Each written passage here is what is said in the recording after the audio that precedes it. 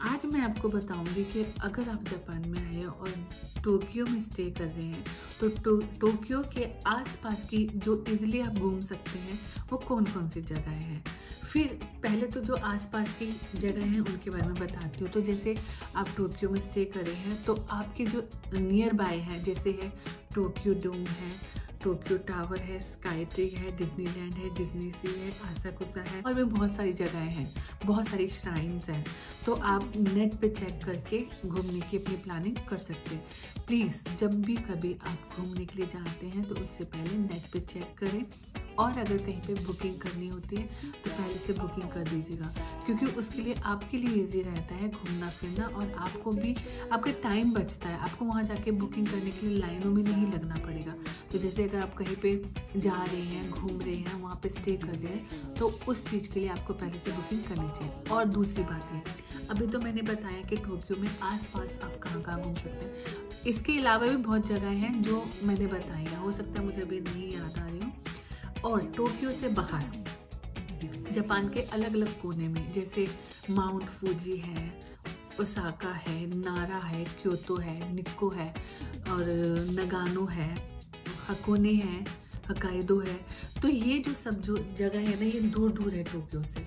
तो इन जगहों पर जाने के लिए पहले आपको नेट पे चेक कीजिए, बुकिंग करनी है वहाँ पर। अगर आपको रुकना है तो बुकिंग कीजिए, जिसके थ्रू जा रहे हो, बाय कार जा रहे हो, बाय बस जा रहे हो, बाय ट्रेन जा रहे हो, बाय प्लेन जा रहे हो, तो उन सब के बारे में पहले चेक कीजिएगा, बुकिंग कीजिए, तब वहाँ पर जाइएगा।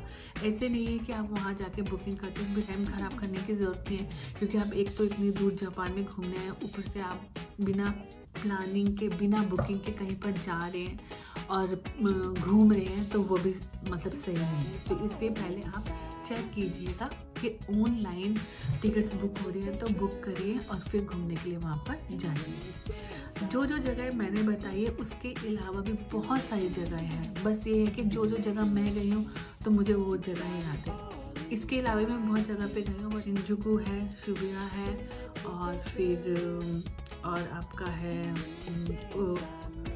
ओडाइबा है, और आप अगर सर्च करेंगे तो आपको सारी चीज़ों के बारे में पता चल जाएगा कि जो जो जगहों पे आप जा सकते हैं। फिर ओमेतो सांदो है, गिंजा है, हाँ, इसके अलावा भी बहुत सारी जगहें हैं जहाँ पर आप घूम सकते हो।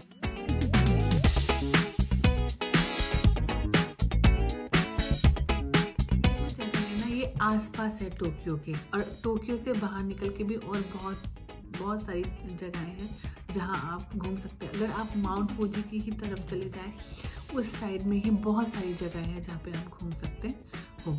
इसके अलावा ये है कि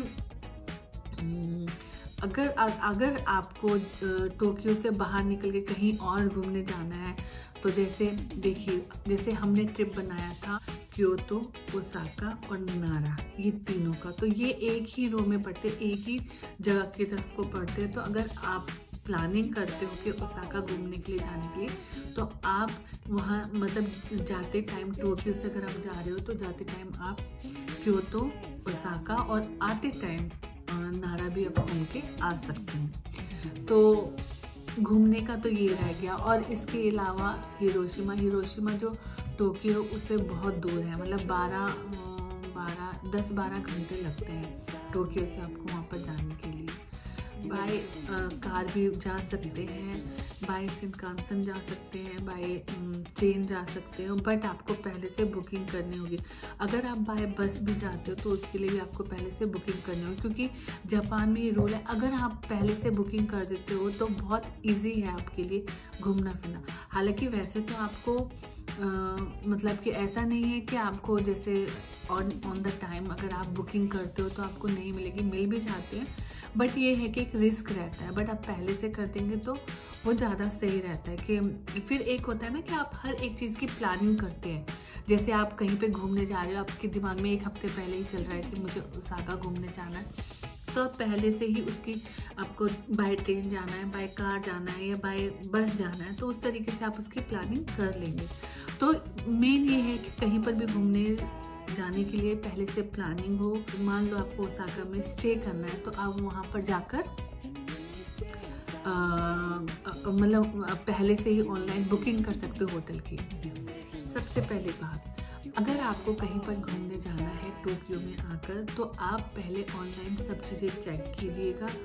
ऑनलाइन उसकी बुकिंग होती है तो बुकिंग कीजिए, क्योंकि वो आपके लिए इजी रहेगा। बिकॉज़ यहाँ पे बहुत लंबी लंबी क्यू रहती है। अगर आप मतलब बिना बुकिंग के भी कहीं पे भी जा सकते हो, तो हो सकता है रिस्क हो आपके लिए, आपको वो जगह पर मतलब जाना ना मिल पाए, या उस जगह में आप की एंट्री ना हो पाए। तो इस वजह से जैसे कि फॉर एग्जांपल आप टोक्यो में आए और आप ओसाका जाना चाहते हो, तो ओसाका में आप यूनिवर्सल स्टूडियो जाना चाहते हो, तो आपको पहले से उसकी सारी बुकिंग करनी होगी। वो आपके लिए जो है ना एक मेंटली पीस भी रहता है। आपको ये नहीं है कि भागा दौड़ी वहाँ जाके अभी हमें टिकट्स लेनी है, अभी हमें बुकिंग करनी है, तो वो सब नहीं रहता। आप टेंशन फ्री होकर घूमने जाते हो। तो जापान में नहीं, और भी जगहों पे सब यही होता है कि आप पहले ऑनलाइन उस जगह को चेक करें जहाँ पे जा रहे हैं, और अगर ऑनलाइन टिकट्स मिलती है तो आप ले। जैसे यहाँ पे डिज्नी सी है, डिज्नीलैंड है, तो जगहें बहुत है। डिज्नी सी जाते हैं। डिज्नी सी जो है वो बड़े बच्चों के लिए, और डिज्नीलैंड जो है वो छोटे बच्चों के लिए। तो अगर आप वहाँ पर भी घूमने के लिए जाते हैं तो पहले आप बुकिंग करके जाएं, उसमें बहुत इजी रहता है। क्योंकि जब सीज़न होता है ना, तो यहाँ पे बहुत भीड़ रहती है। यहाँ पे टूरिस्ट जो आते हैं ना, वो बहुत टूरिस्ट आते हैं, तो पहले से सब इनकी 2-2 महीने पहले ही इनकी सबकी बुकिंग शुरू हो जाती है। तो इसलिए अगर आपको कहीं पर जाना है, आप टोक्यो में मतलब मान लीजिए आप टोक्यो में एज अ टूरिस्ट आए हैं, आपको समझ में नहीं आ रहा है कि आपको किस जगह जाना है, तो पहले आप जो जगहें आप जहाँ स्टे करें हैं, उसके आसपास की जगहें आप देखें घूमने के लिए, उसकी एक लिस्ट बनाएं और फिर ऑनलाइन चेक करें।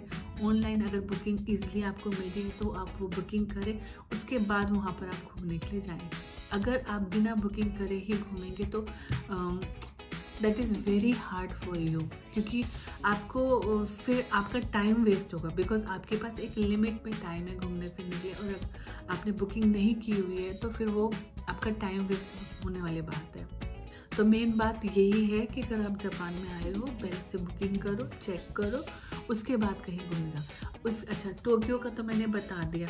डिज्नीलैंड, डिज्नी सी, आसाकुसा और टोक्यो डोम, टोक्यो टावर, स्काई ट्री, और भी बहुत जगह हो भी सकता है, मुझे नहीं याद आ रही हूँ, तो ये भी है। और यहाँ पे बुद्धा जी के तो बहुत सारे स्टैचू हैं, बट जो फेमस बुद्धा जी हैं वो 3 बुद्धा जी हैं, उनके स्टैचू है। एक तो स्लीपिंग बुद्धा जी हैं, और एक स्टैंडिंग बुद्धा जी है, और एक सिटिंग बुद्धा जी।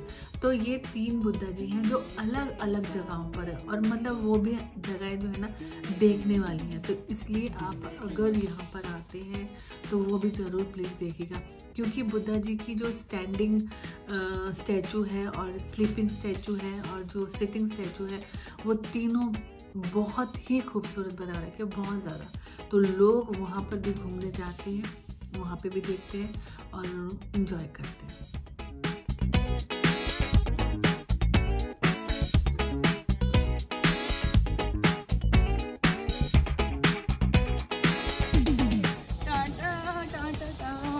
फिर नहीं आता गाना, ओके।